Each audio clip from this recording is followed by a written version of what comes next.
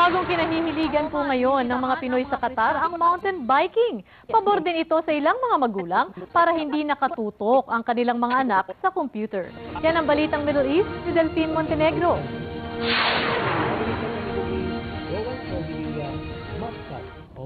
Dito sa Dohail, nagtipon-tipon ang mga Pinoy na mahilig sa mountain biking. Bukod sa magandang ehersisyo ito sa katawan, marami rin ang nakikilalang kaibigan. Isa na rito ang pamilya ni Boy Gaminde na sumali sa grupo ng Padjak Qatar.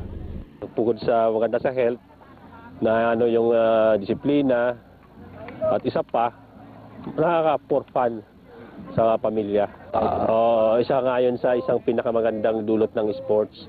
Kaysa yung bata ay mapunta sa mga video games, manood ng TV, magmukmuk dyan sa kwarto, itong pinaka-the best. Kwento naman ni Nino de la Cruz, isa sa mga organizer, sumasali na rin siya sa mga kompetisyon sa Pilipinas, kaya ito na rin ang ginawa niyang libangan dito sa Qatar. Una-una, nung una kong ginawa to, para sa sarili ko, malibang ako rito. Tapos nung bandang huli, nakita namin na dumadami na yung grupo na kababayan natin na mahilig rin pala sila sa pagbibisikleta. Suportado ni Farhan ang Padjak Qatar. Biking din ang sports na alam niya, maging ng kanyang ama na unang nag-champion dito sa Qatar.